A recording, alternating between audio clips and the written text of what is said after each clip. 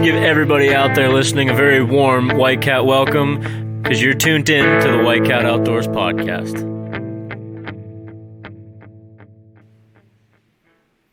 What's going on, guys? Episode 31 of the White Cat Outdoors podcast. Thanks for joining us. Nick's here. Hey, what's going on, everybody? And Tom is joining us with a super fresh haircut. I'm back, baby. Yeah, he's looking good. Real good. Tom, you do look sharp. Thanks. Yeah, and we are about to have another guest on here with us in a second. We're going to get him on the horn. His name is John Royer from Leatherwood Outdoors, and we're pretty pumped to have him on. He's a really interesting guy. He's from Pennsylvania, does a lot of rattlesnake hunting, which is conveniently what we're talking about today. So we're real excited about that. When we were getting into snake hunting, we watched a lot of his videos on YouTube to kind of get us pointed in the right direction, and that he has a video about skinning rattlesnakes, and my dad followed that video to skin and tan his snake. So pretty informative guy, real interesting guy, so we're real excited to have him on. So let's see if we can't get him on the phone here. Hey, how's it going, John? Pretty good. How are you guys? Thanks for inviting me. Yeah, no problem. Thank you for coming on. Appreciate it. Yeah, no problem. So before we get too involved here, let's just kind of introduce yourself and let all of our listeners know where they can find you on social media so they can see some of your content. Well, my name is John Royer, and I am from Clarion County, and I own a YouTube channel called Leatherwood Outdoors. And there's a bunch of friends and family that are contributors and that you also see in the videos. We also have a second channel, Leatherwood Outdoors 2. And you can also find us on Instagram and Facebook. All Leatherwood Outdoors on Facebook and Instagram as well? Yep.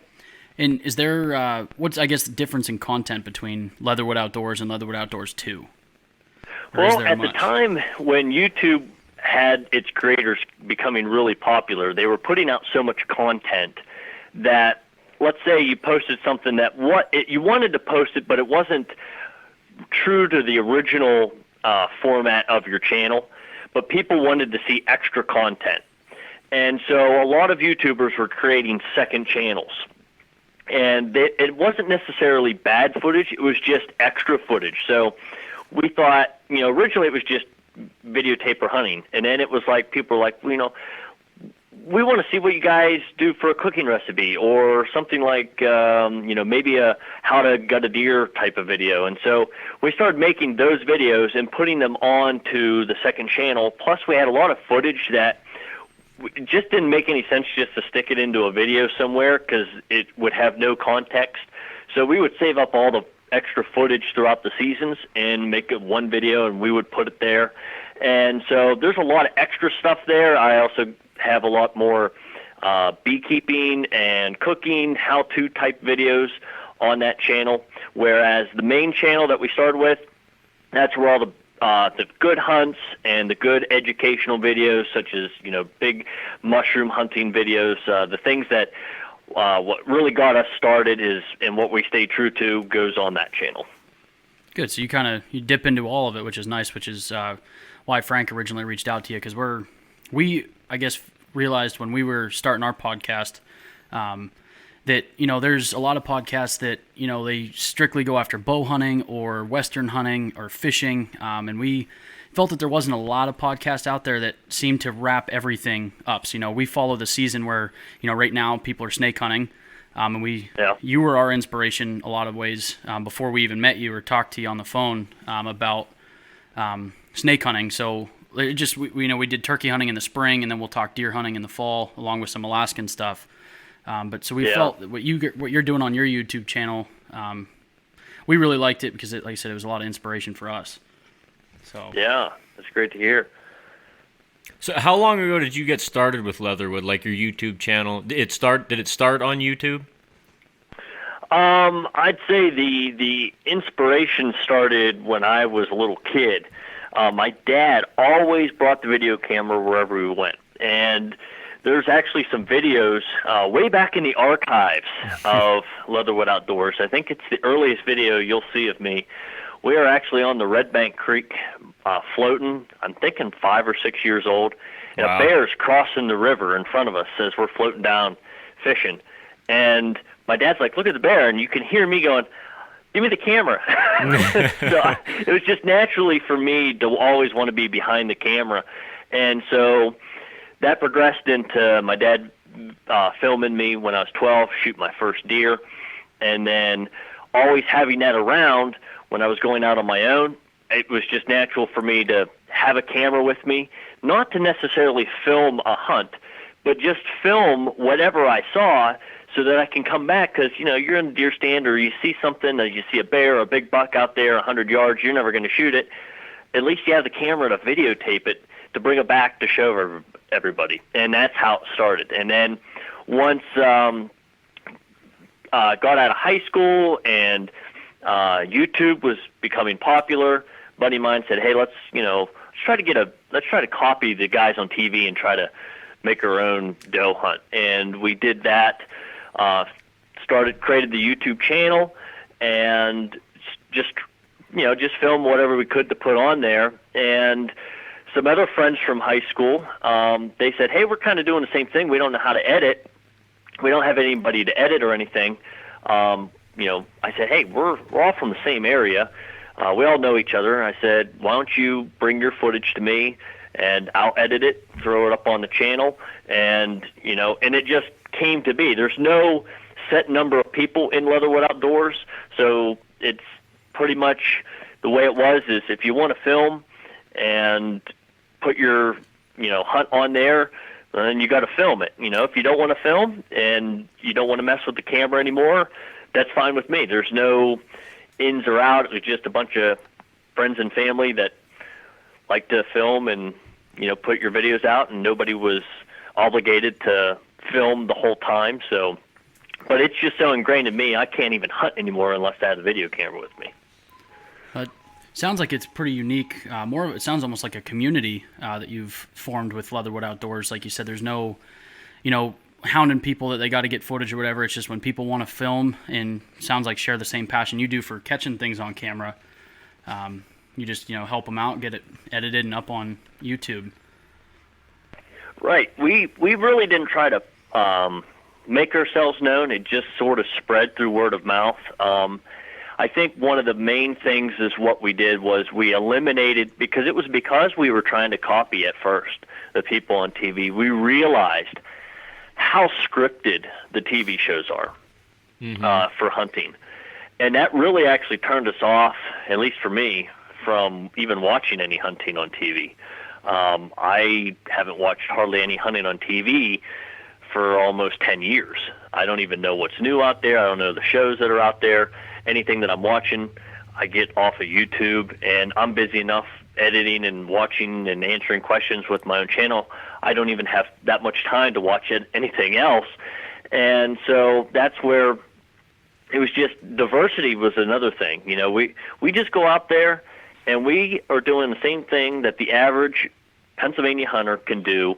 We're not better than anybody else. There's guys that shoot bigger bucks, more bucks, find bigger snakes, catch bigger fish than all of us. It's just that we bring the camera along, and we're not adding sound effects. We're not nothing scripted, and we're not adding music. And those were some things that we wanted to leave out.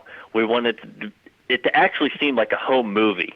And as we edited and made more and more videos over time, our editing got better, and we still try to stay true to that original format of just keeping it just as if we're making a home video to share with friends and family. And we were able to, now that it's digitalized, because when we first started, I was filming with the VHS cameras on my shoulder. And then it went to the mini DVDs, the mini DVs, the high 8 cassettes. And when digital come out, it was a game changer, because now instead of taking a camera to somebody's house and plugging it into their TV to show them what you videotape, now you can just throw it on YouTube, send an email, and they can watch it. Yeah, exactly. So it was all about sharing memories. It wasn't about trying to get popular and trying to be better than the next YouTube channel and trying to get subscribers. It just grew through word of mouth, and so that's how it happened. Yeah, you were just doing it because you love being in the outdoors and wanted to share that passion with everybody else, and it's really caught on. Yep. So, yeah, pretty much.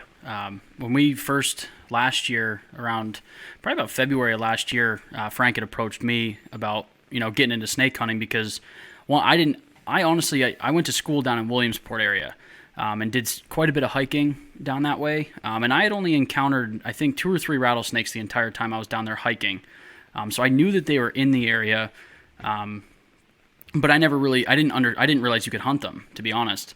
And then, I was a couple years out of school, and Frank had mentioned going out and hunting rattlesnakes. So we pretty much we went to YouTube to try and figure out, kind of looking at what equipment we needed, and try and look at terrain features in the videos. And that's where we stumbled across your page, was just looking to do rattlesnake hunting, and you're one of the only ones that are putting out good footage that I saw on YouTube. Especially for PA rattlesnakes. Yeah, there's all kinds of stuff for out west, but you're PA definitely rattlesnakes. Yeah, you guys are extremely unique in that aspect. There's not a lot of content on PA rattlesnakes at all. So it was neat to see. We had some guidance before we walked out there blind, for sure.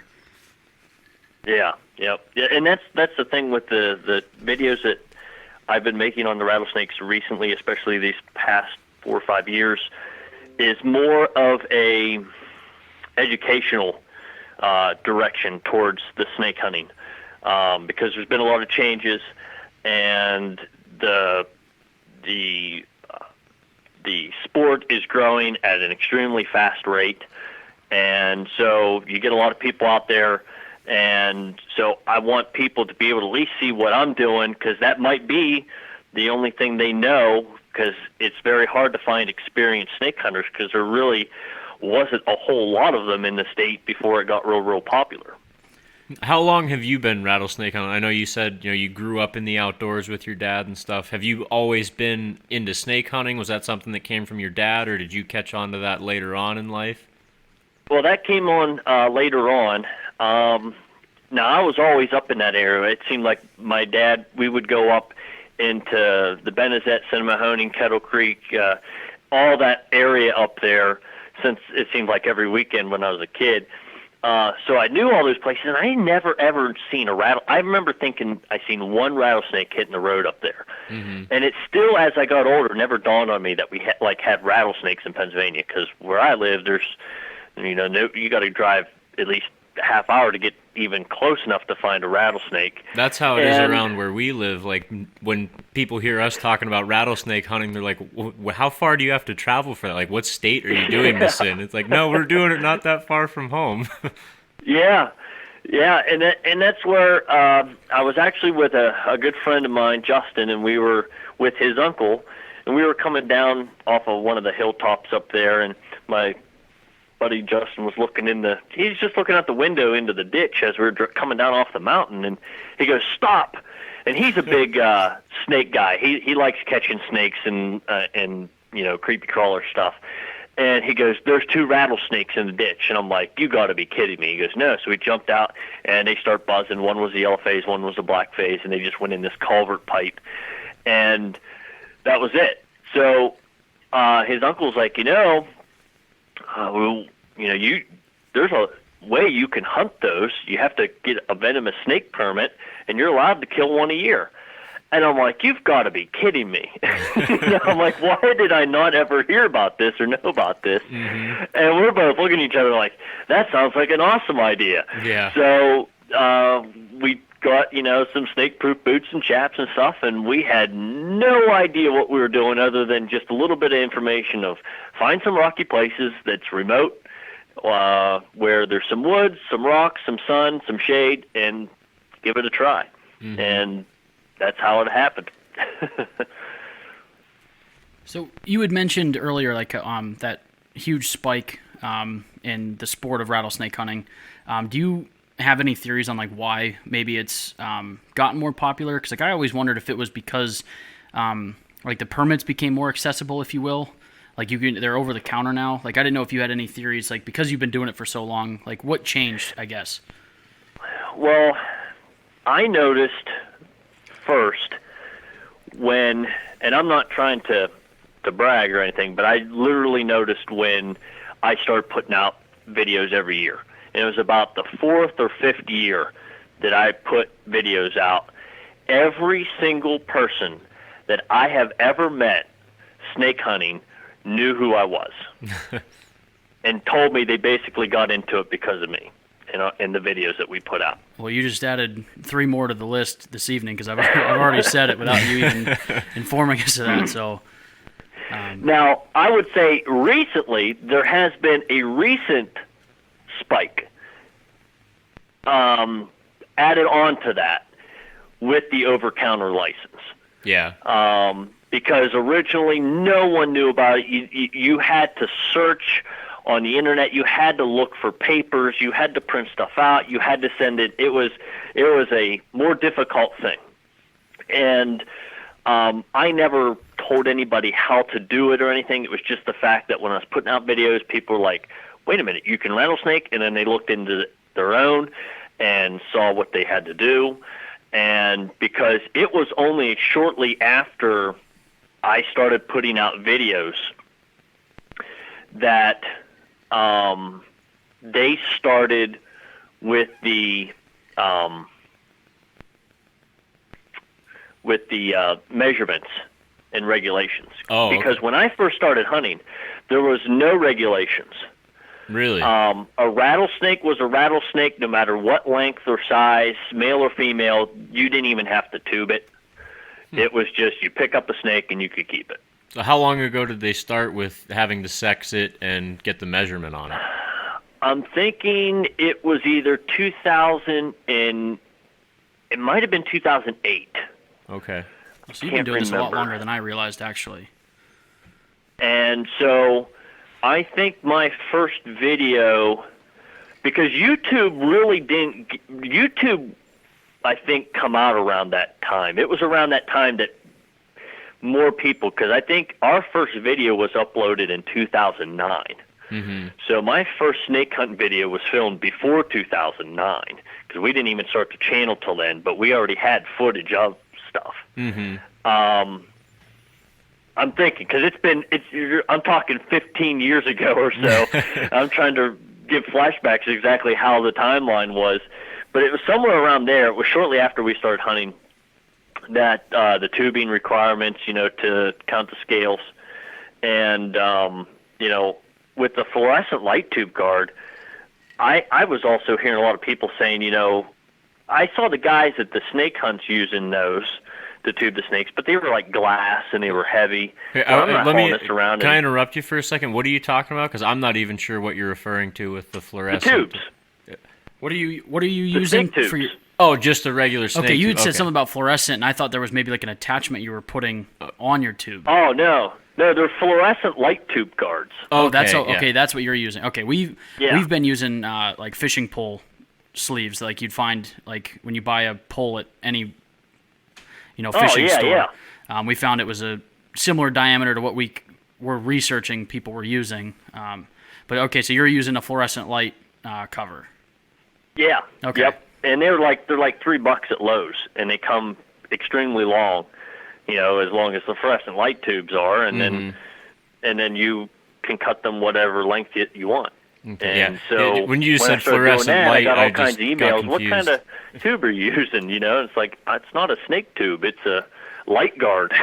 Well, I noticed you could. I mean, you go online. There's people selling like snake tubes that were. I mean, I thought were extremely expensive. I mean, you could buy like the kits where you could buy like anywhere from like 1.5 up to 2.5 inches in 1/4 inch increments, and it was like they wanted almost $100 for a kit, and that's why we went to the fishing pole sleeves because it was just way more affordable. Yeah. Yep. I mean, and if something ever happens or whatever, like I said, I got mine at a small hardware store, and I just happened to look at it, and I'm like, I'm going to take this with me because I'm like, I got to tube this, and they don't give you really any specifications early on about what kind of tube or where you get them or anything like that, and it was just the right size. I mean, you shouldn't be handling anything super small that is like only like 1.5 feet long anyways, because that's almost too small for the tube. But the biggest of big snakes will fit in those light tube guards.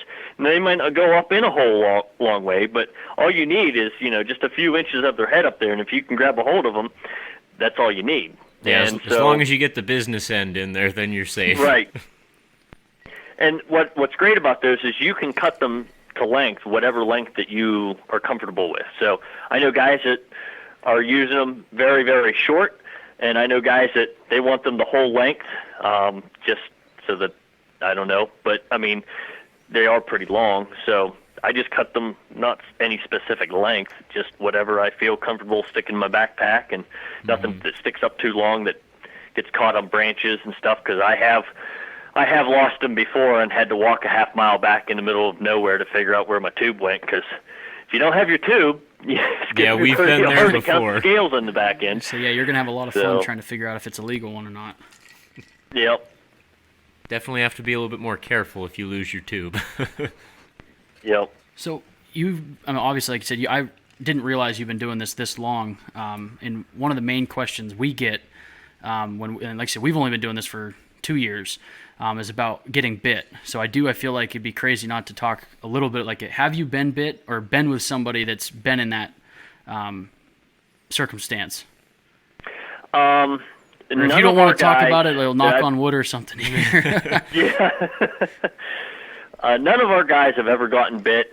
And I have been around somebody. It was one of the guys at the Cinnamon Snake Club when they were doing the hunt, was showing off some snakes. I just happened to be turned and looking the wrong way at the wrong time, because I just turned away, I looked back, and my buddy just taps me on my shoulder, and he's just walking away, and I said, "What happened?" He goes, "He just got nailed in the hand." And I could only see what had happened, and then, they closed doors, you didn't see anything else. Yeah. But we have always talked about, what do we do?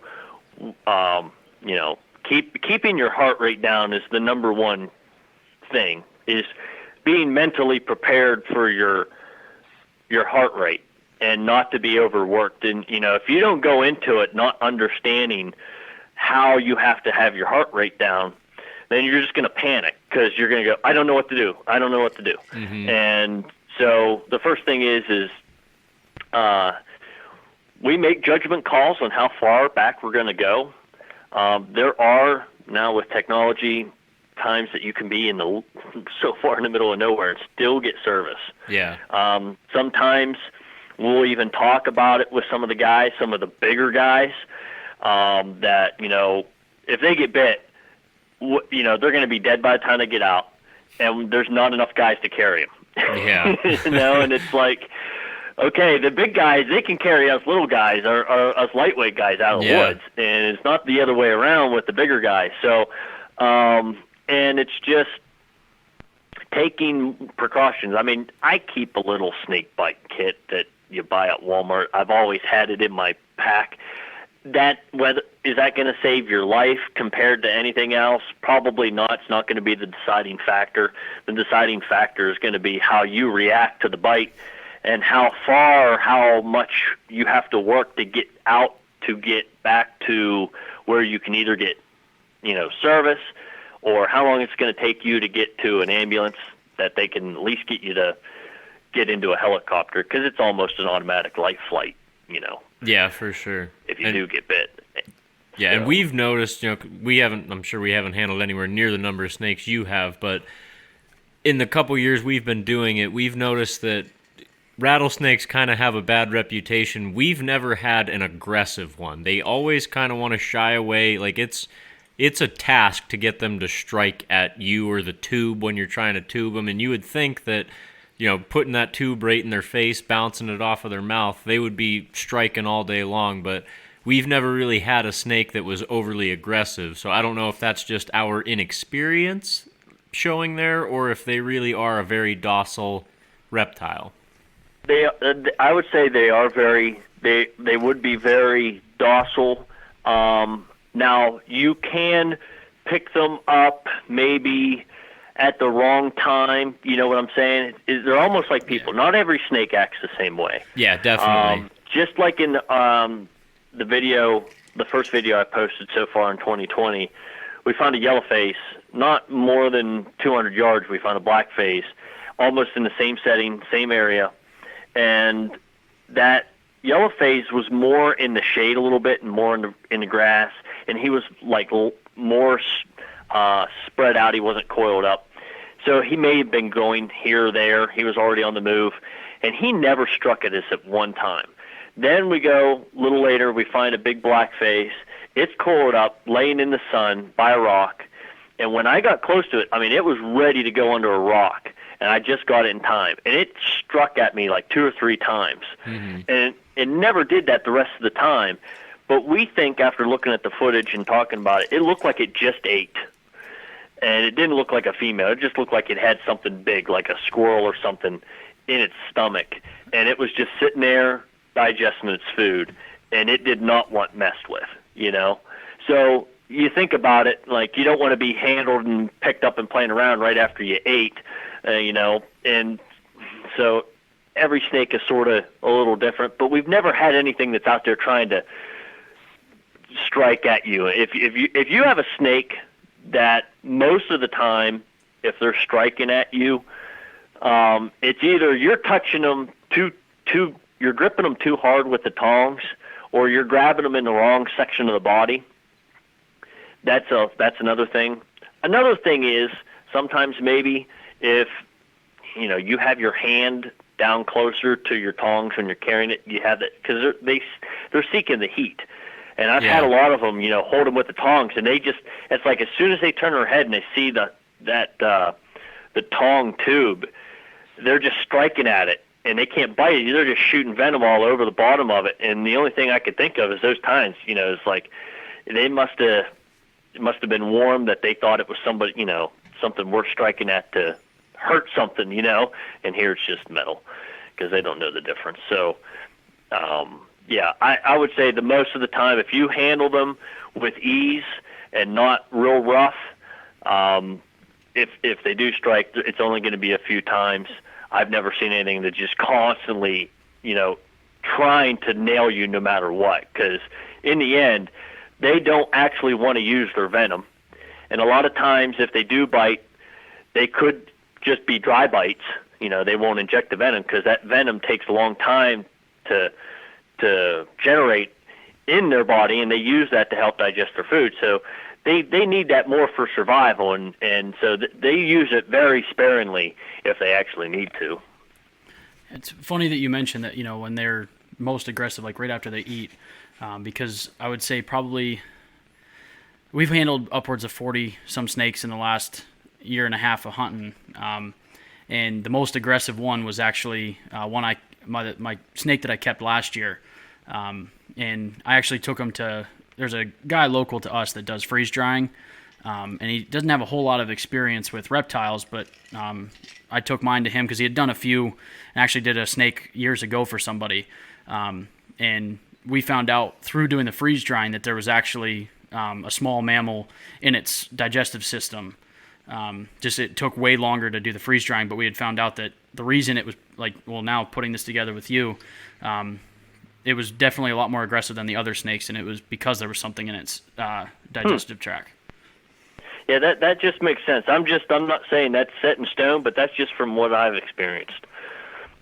Yeah, and it definitely makes sense. Like you said before, you don't want to get bugged right after you ate. You had Thanksgiving dinner, you just want to lay on the couch and relax. That snake just ate a squirrel.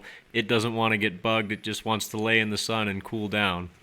Well, we used to have that pet snake, and you could hold him. He was the calmest pet you could ever ask for. But right before he shed and right after he ate, you didn't want to mess with him because he was just super grumpy, super cranky. Mm-hmm. And I'm sure, he was a ball python, but I'm sure it's, the same with all snakes.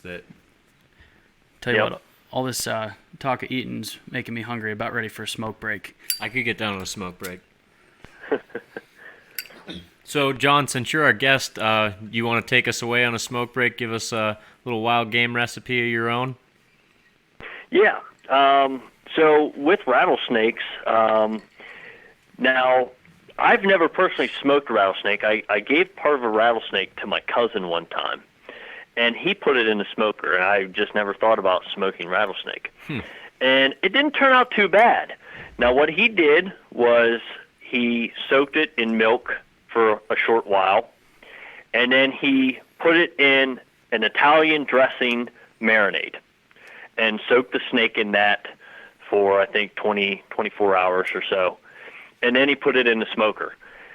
And it was actually pretty good. I mean, that's one of the best, probably best smoked rattlesnake recipe that I know of, because that's the only one I've ever actually tasted. And I was very skeptical at it, but it didn't taste that bad.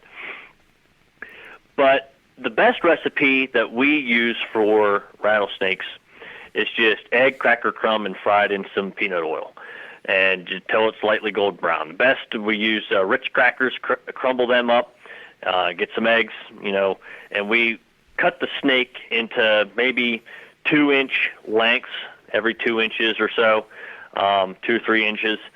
And there's so much meat in a snake. It's amazing how one snake, legal snake, can feed a lot of people. And it's just like eating a very bony chicken wing. And there's so many different parts. And it takes a little while to eat the first one. And after you get the second piece, you can zip right through it.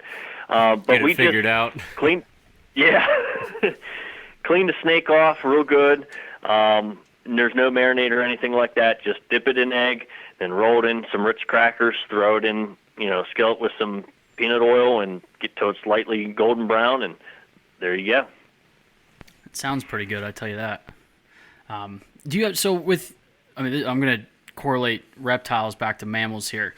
When you're do you have to worry about the spinal fluid? Like, I know you're doing like venison or something when you're cutting through it like that. So when you're cutting them in like 2-inch sections like that, is there any precautions you have to take to that, or is it, the whole part of your cleaning process probably covers that up? Yeah, there's nothing there that I know of. We've just cut them right in sections, and other than just washing them off a good bit right before we go to, dry them off, rinse them off with water one last time, pat them dry with a paper towel. That's all the more we've ever done. Gotcha. Yep. Yeah, so we've only kept, I think, like 2 snakes between the guys sitting at the table here, and I took mine to a freeze dryer, so we weren't able to eat it. And then my uncle he kept his snake last year, and he froze it to dispatch it. I don't know. That's something I want to talk to you about here in a second, about how you go about that. But when he went to skin it out, the meat had kind of turned to mush, kind of discolored. We were kind of afraid to eat it, so we weren't able to. But I guess because I said that, I was going to wait till later, but since we're here, how do you go about dispatching your snakes once you've found a legal snake that you are going to keep? Right. Well, number one, I will say this. It is illegal to dispatch a rattlesnake with a firearm. So I know it's your snake. You tagged it. You can do almost anything, but you cannot kill it with a gun legally. You cannot shoot it to kill it that way. So what we do, and since a lot of the times, don't have, access to a freezer or anything like that to freeze them. I've heard guys doing it that way. I just put my snake boots on, I get my tongs, and I get the snake calm. I hang around the snake a little while, and then I'll get the boot, and I'll get my boot close to it. It's not striking my boot or anything because it's just used to me. And I'll just hover my boot above the head and then just quickly clamp down on the head, and I'll have a really, really sharp knife. And I will make sure before I get my hand down there that I have the whole head and it's not going anywhere. Give it a couple seconds, and then I get right behind the head and I just dig my knife through the snake into the ground and cut the head right off. That seems like a pretty quick and humane way to do it, for sure. Yep. And then as soon as that's done, the head is so smashed and squished from me stepping on it. But the immediate thing that you want to do before you even touch the body of the snake, pick the snake's head up with tongs. And it's best unless you're completely in the middle of the wild, we bury the head and dig a small hole, bury the head, cover it up, and that way, nobody's dog or something is going around, and finds it and brings it back or whatever like that. Because, that venom's still there. It can still get you. And you don't have to, and that's the thing. I know some people, they don't like to cut the head off because they lose too much of the hide.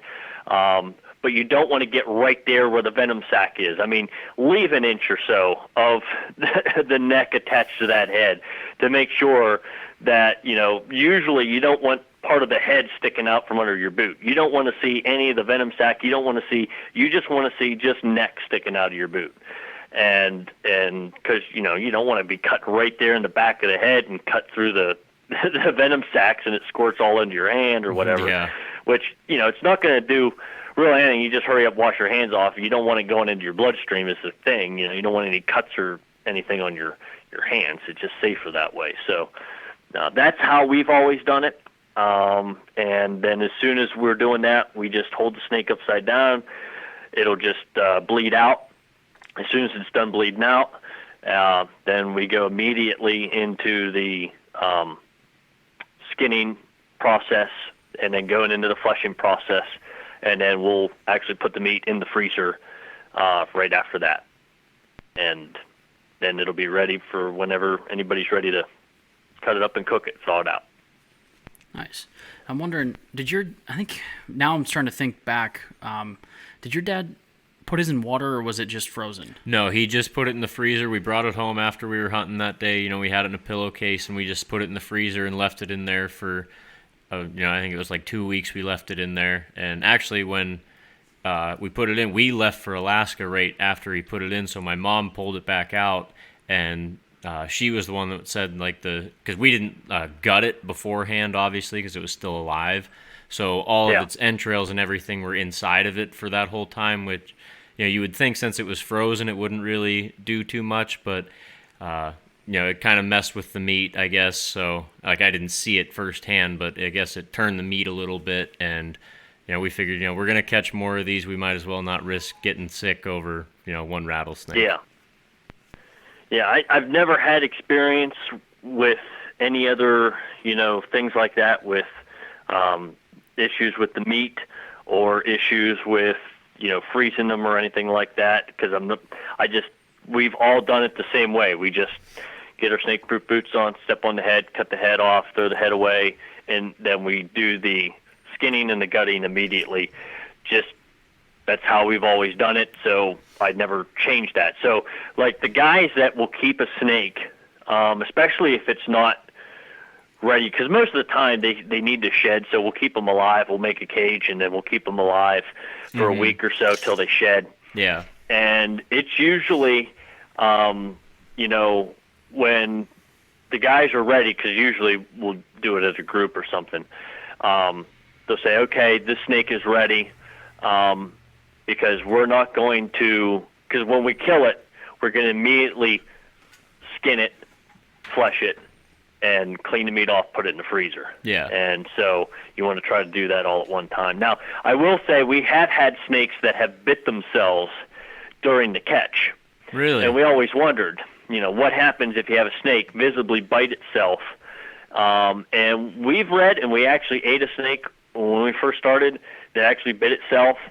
And we read that as long as you cook the meat thoroughly through, it's okay. And we ate the snake, nobody got sick. Would I recommend that to anybody else? I would say that's all up to you. It's not recommended. We all took a chance at it, yeah. And we were all fine. But I'm not going to say that is set in stone. Yeah. So that's all up to the individual, and whether we don't know whether it was a wet bite or dry bite. I don't know. I mean, but I can't really. I'm not really an expert in that, so it's all take risk on that. Yeah, that's actually the first time we did a little bit of research on how to do it, once we got a snake, and the two main ways we were reading about were freeze drying, and then I'm sure you've probably heard of the towel whip method. I don't know if that's probably not. I've seen the towel whip method. Yep. None of us had the stones to try that, and so we talked about it at camp last weekend, and then we were all the same way, and so Nah, nobody has the. Yeah, you're right. So I guess that was, like I said, you just talking about the way you're doing it was the first time I had heard or anything about that way, and it sounds to me like the safest and quickest way to end it versus like a snake. Like they say at least a week in a freezer if you're going to do it that way. So it sounds like the way you're doing it, just it ends it super quick, super humane, and you can get right on with your day. Now I've heard of people thinking about doing it by drowning, but here's the thing. Here's the thing with freezer, drowning, anything like that, is because it takes such a long time to kill the snake, and we don't. You may not know exactly. They might die quickly, but it's just like the chicken with its head cut off. The chicken's running around and it's dead. Yeah. Okay. So the snake is the same way. And one of the first snakes that we caught to skin, we had to head off, and it was tagged, and it was in a cooler of ice water all day. Got back to camp, and somebody laid it on the sidewalk, and I was outside, and it was all nice and straight and stretched out. Guy goes in camp to get a knife, and I didn't know he'd come back out.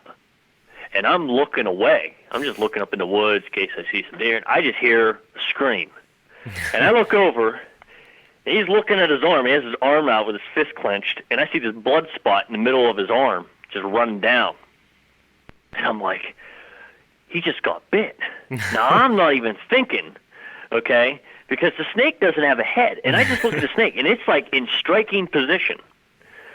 And he's like, that thing just hit me in the arm with a bloody nub. That's insane. The head is completely gone. It was like it come back to life. It didn't rattle.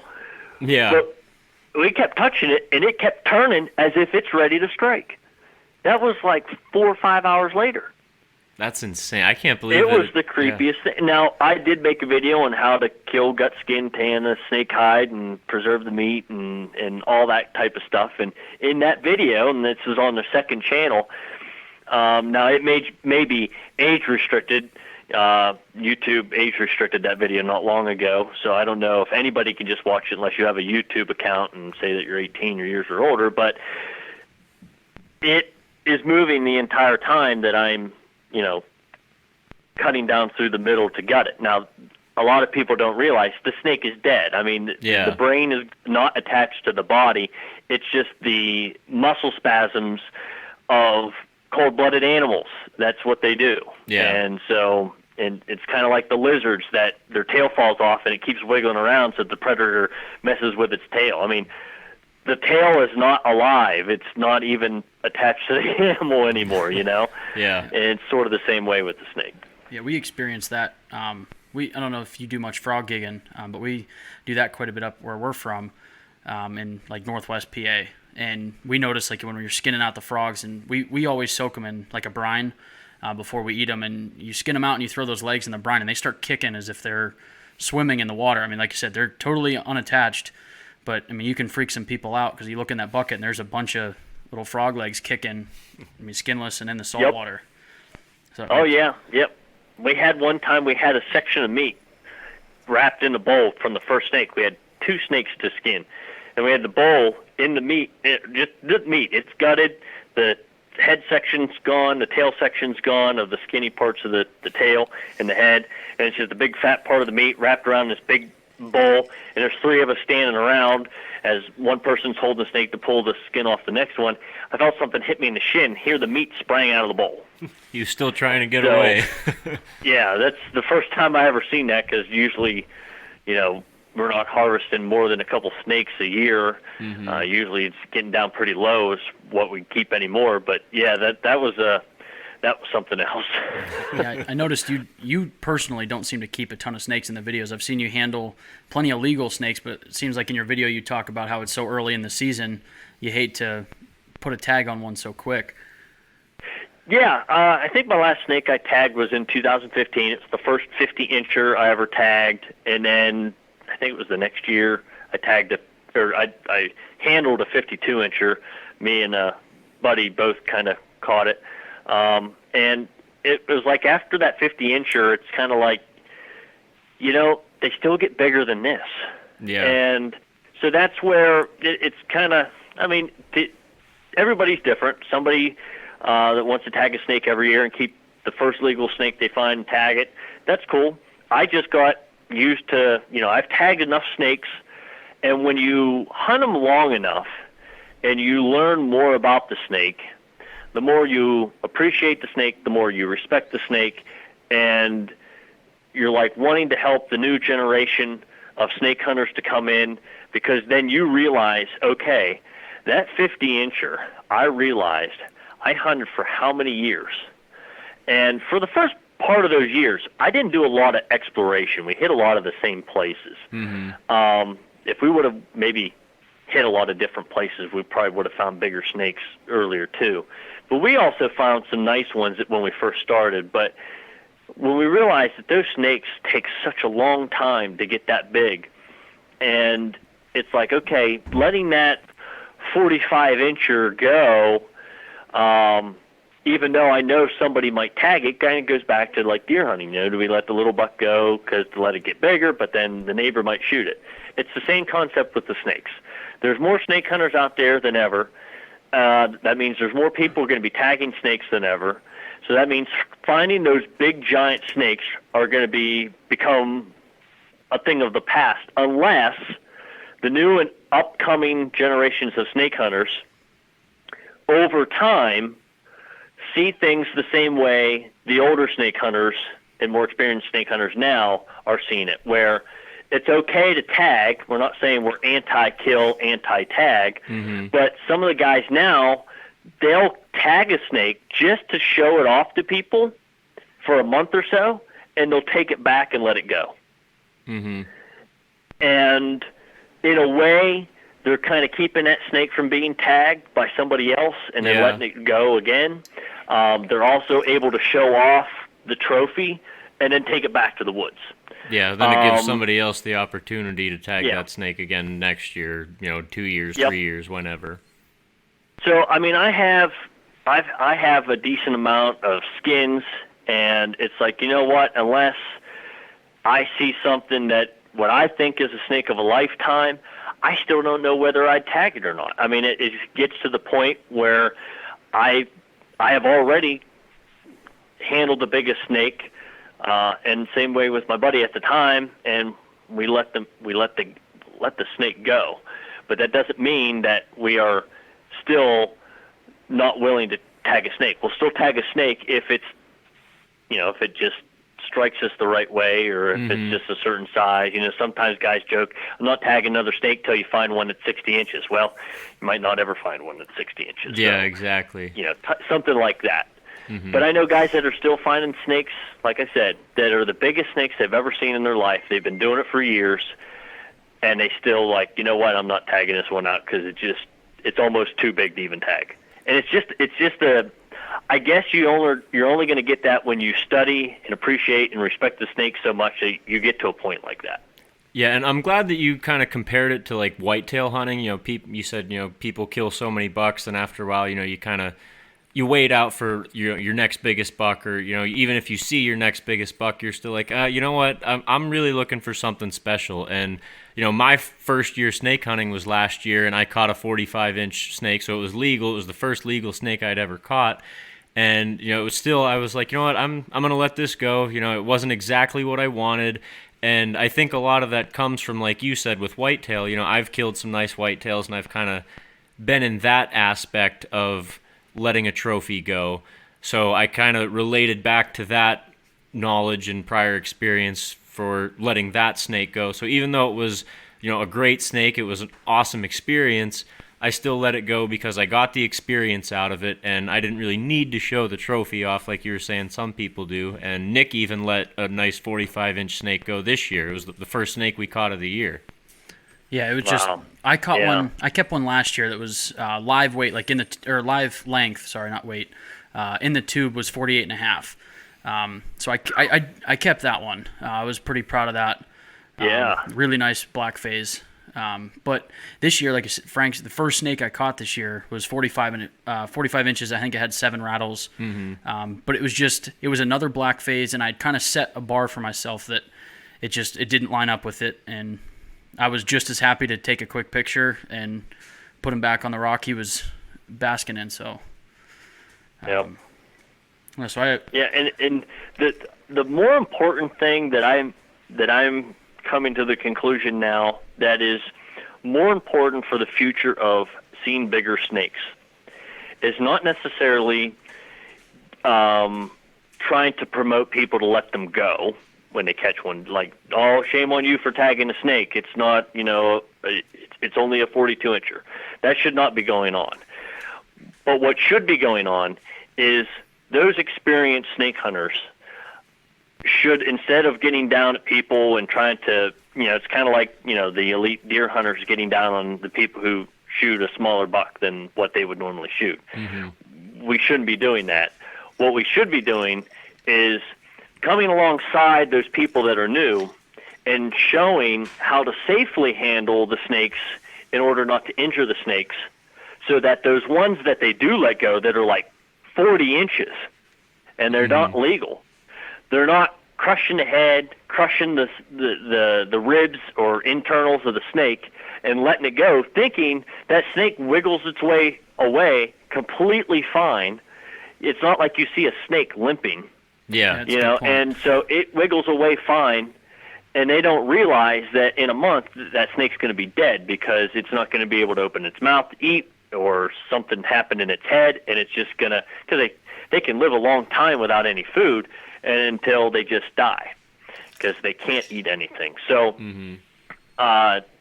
there should be, because when I first started hunting, you got the regulations and the ethics papers in the mail with your license. Ever since they went to the over-counter license sales, they don't give you a hunting ethics papers anymore. Mm-hmm. It's just like when you buy your deer hunting license, they give you the book with the regulations and the hunter's ethics. Well, they're not doing that anymore with the snake license ever since they went over the counter. And that is a very, very big problem. I still don't understand. I'm afraid to say that it really sounds like it's money driven in order to do it that way, make it easier. More people are going to buy license. But the problem is you're going to have more uneducated people now.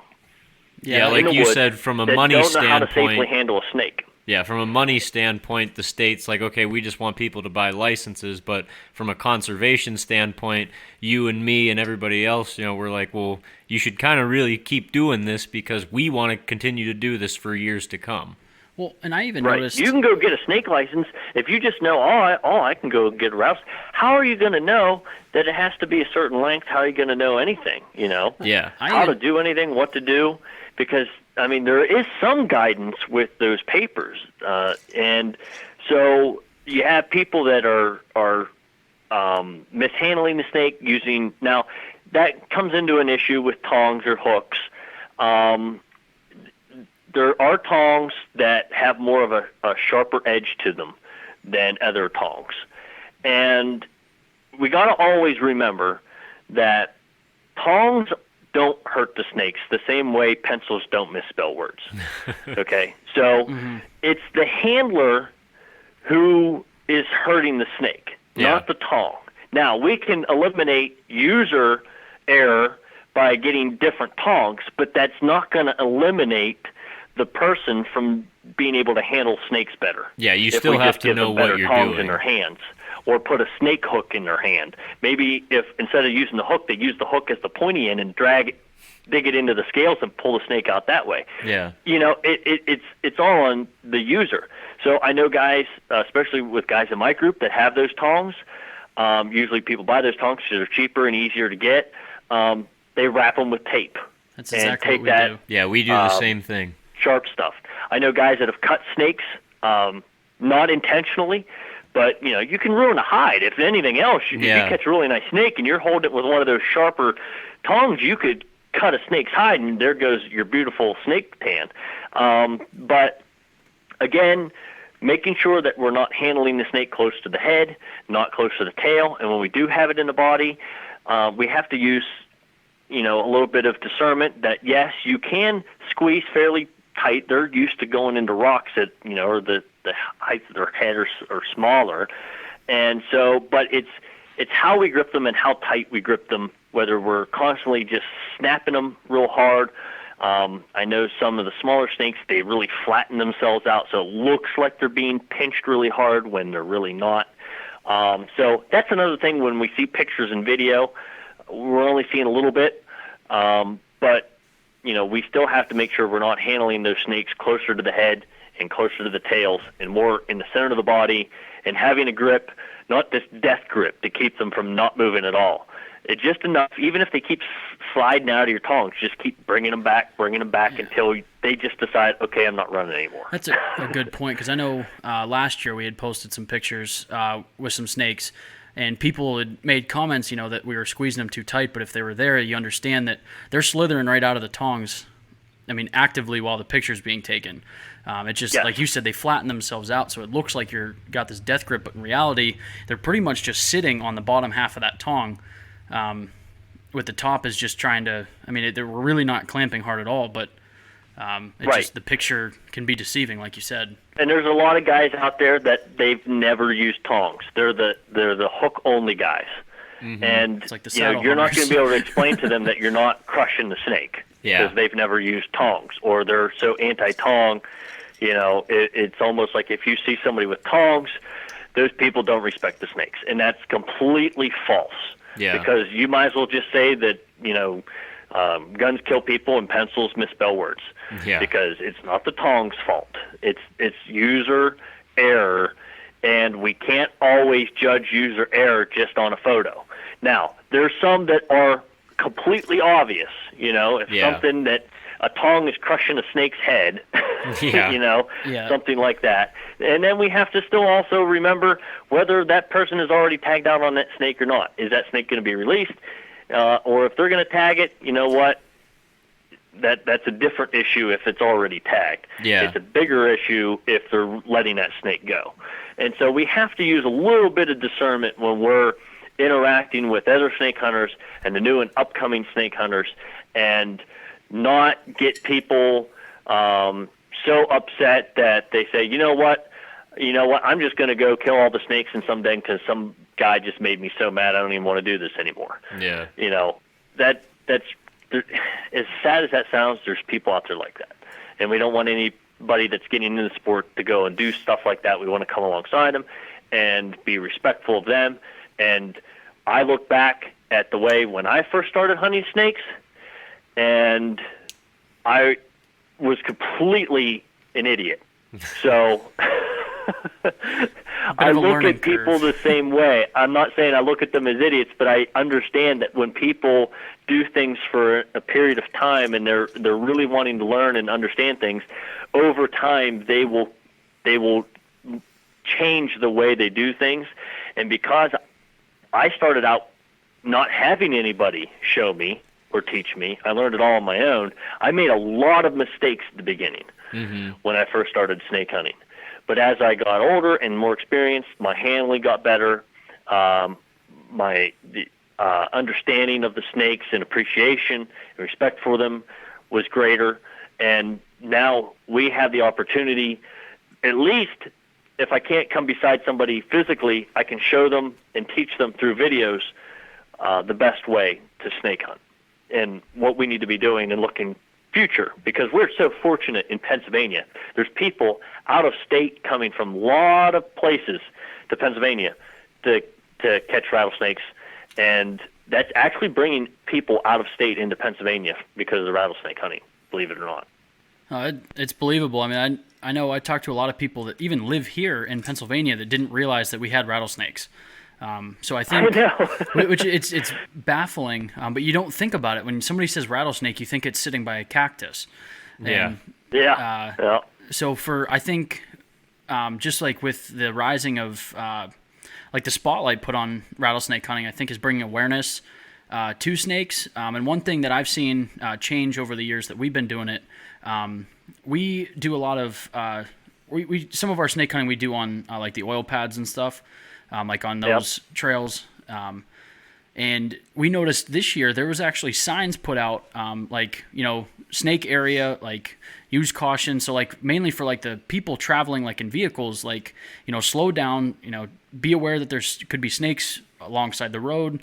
And just, I think, and I don't know if it was just coincidence that we've noticed this, but it seems like it's brought more awareness to that we're in snake territory and to be cautious and mindful that they're out there. Yeah. And we learned. With social media, it has its pros and cons. People that give too much information, you can ruin a whole snake den and your best hunting spot, even if you don't even say where you're at, if just showing a little bit of the background.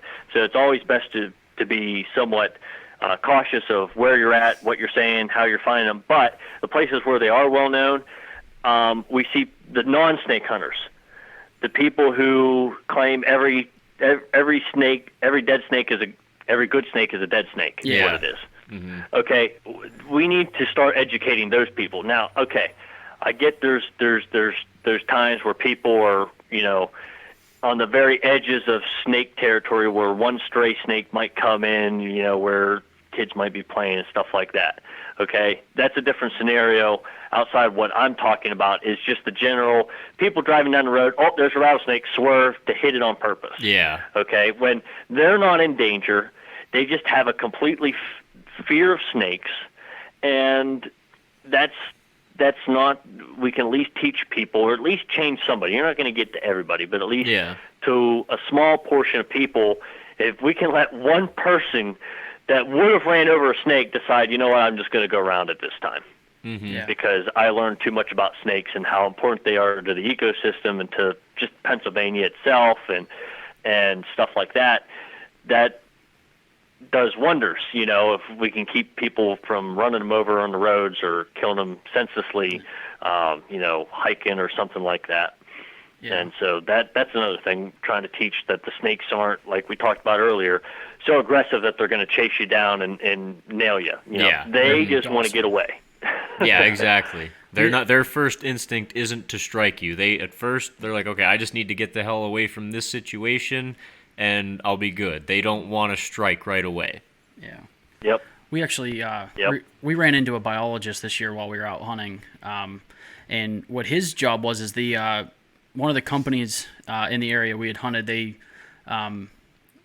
basically they hire these biologists to go scout through the woods before any roads or anything are put in, and they're expected to find dens and whatnot, and then they're actually reverting the roadways around them. So basically they're there for the conservation of rattlesnakes to make sure that you go. They don't want to disturb den areas for that reason exactly.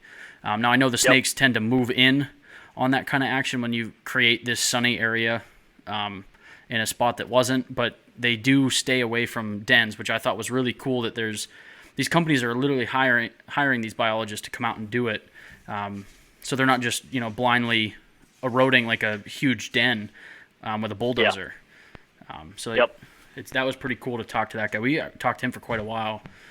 He just, we learned a lot from him just about, snakes and what they do for the environment and whatnot. Yeah. Yep. I mean, one thing is, people talk about, ticks. Snakes eat a lot of mice that have ticks. Yeah. So if you want to get down on the tick population, don't kill snakes. That's always a good argument. Yeah. Everybody can get behind that argument. Exactly. Well, John, I know you had said at the beginning that you were in the middle of editing videos and stuff, so I don't want to keep you too long. But before we let you go, one thing we do with every single guest, I think Frank filled you in on his Write It in Pen segment. We like to throw that in at the end, and it's kind of just something that you want to give to our listeners, that just something you really feel strong about, whether it's a life lesson or something about snakes or whatever, just to leave our listeners with. I would say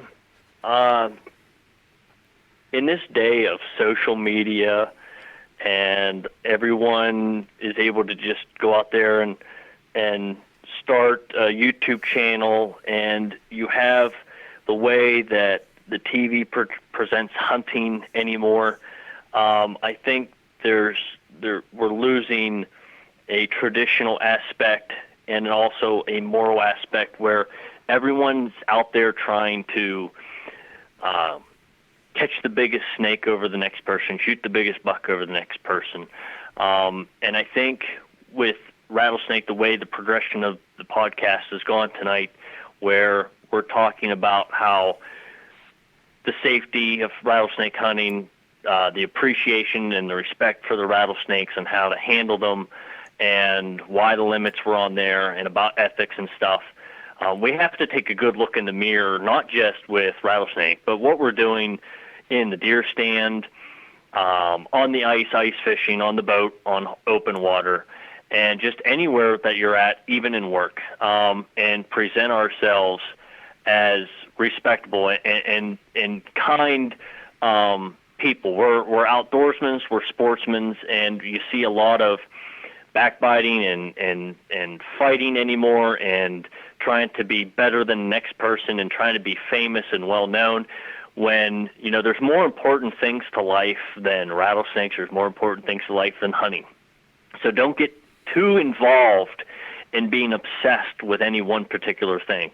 Just learn to appreciate what you're doing in the outdoors, enjoy it, and try to share it with the next generation, because there's just too much to do in life just to stick with one thing. And so I would say any of the listeners, or especially the younger listeners, you got your whole life in front of you, and just go out there and have fun, make memories, and share them with others and teach others how you can also respect and enjoy the outdoors. Well said, John. Thank you. Yeah, that was definitely a great lesson for people to take away. So thanks again for joining us. Yeah, that was a really good podcast. Like I said, you are an inspiration for us, and I know a lot of other people as well. I know you do a lot more than just the snake hunting on your channel. I know I actually really enjoy your just the traditional muzzleloader films you do. I thought that was extremely impressive, the way you're doing that by yourself, and I mean setting up the campfires and the old apparel and everything. It's just a neat spin that you don't see on anybody else's channel. Oh, thanks. So, yeah, it takes a while to get into that. I'm growing into that the same way I'm growing into the rattlesnake hunting, and things change, and you appreciate. That's another thing with that type of hunting. You have to know your history, and then you start learning history, and you appreciate our hunting heritage and where we came from and the modern advances, and it kind of goes into what I just said. Don't forget where you came from. Think back to your roots, and make it a little bit challenging. Don't make it too easy, and just go out there and have fun. Yeah, it's definitely. I like seeing pages like yours that you're doing your own thing. Like you said, you started with copying and realized it wasn't what you wanted to do. So you started doing what you actually wanted to do, and it's paid off for you. Just for, in educational purposes for us and entertainment. So thanks again for all the content you do create and for joining us on the podcast tonight. You're welcome. Yep. Thanks. We'll let you get back to recording, or editing your videos and stuff, and hopefully we'll talk to you soon. All right, sounds good. Yep, thanks a lot for coming on, John. We really appreciate it. Yeah, thank you, John. No problem. Yep, thanks. Yep, we'll see you later. So that was Leatherwood Outdoors, guys. Thanks a lot for tuning in. We had a lot of fun talking with him. Hopefully you guys enjoyed listening to him and learned something too. Yeah, he's definitely a real knowledgeable guy, like we said at the beginning, a real interesting guy to have on, and really a knowledgeable person. Yeah, so thanks again for staying tuned on 31 episodes now. At this point, it's routine. You guys know what to do. Get outside.